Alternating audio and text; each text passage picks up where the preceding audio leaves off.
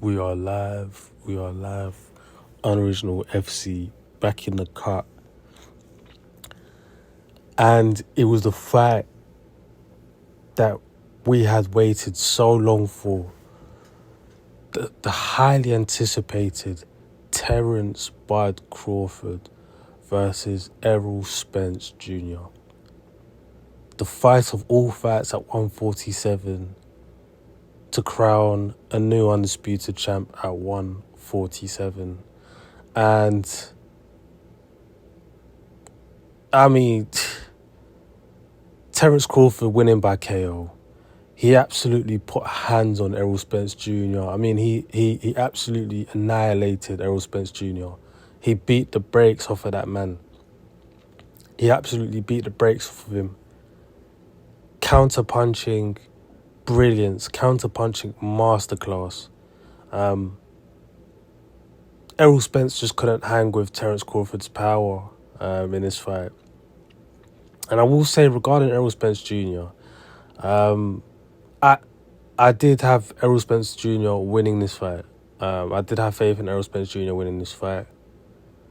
But I must admit, when I seen Errol Spence Jr. doing his ring walk and, the ring announcer announcing Errol Spence's name in the ring or introducing him into the ring, I looked at Errol Spence Jr.'s face and I tweeted it out almost instantly.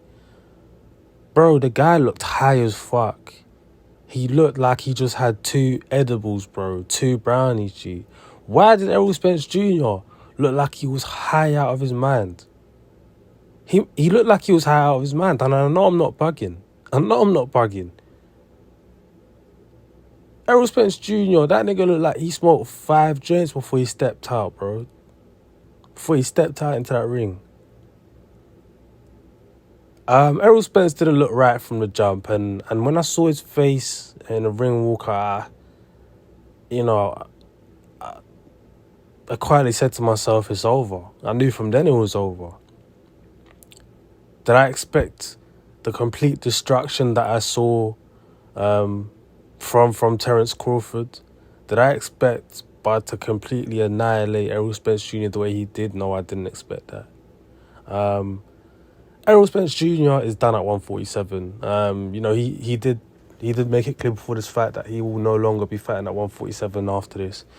And I think that should be the case because Errol Spence looked completely drained at 147. Completely drained. The power was gone. Terence Crawford said as much that, in the second round he felt a hit from, I don't know if he said it was the second round or the third round, and he felt Errol Spence's power. And, for better use of words, I am paraphrasing here. Terence Crawford said that once I felt his power in the second or third round, I realised there was no power there. I said, this is going to be a long night for Errol Spence Jr. because you don't have the power at 147 anymore to keep me off of you. And he didn't. Errol Spence Jr. looked absolutely weight drained at 147. And Terence Crawford just made him look so incredibly slow. So incredibly slow. He just picked apart Errol Spence Jr. with a jab. Them counter punches just picked Errol Spence Jr. apart. And honestly, Terence Crawford just jabbed Errol Spence Jr.'s head off. He jabbed his head off.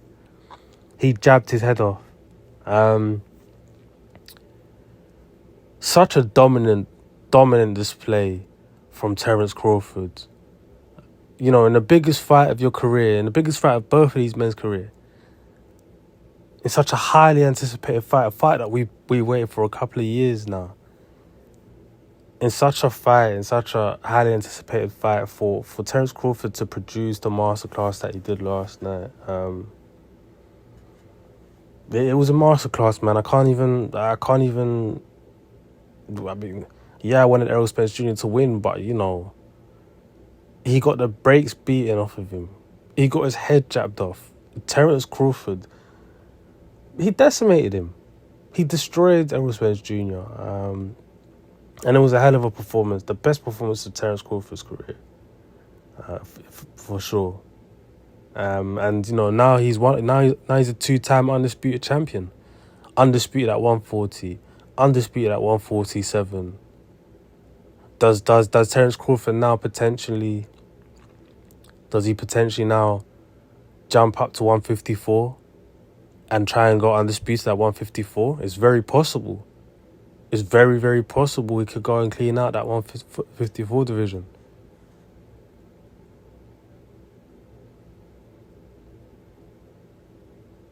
In light of the fight, the KO decision, Errol Spence Jr. was asked about potential rematch, and Errol Spence Jr. has made it clear that he will look to activate his rematch clause.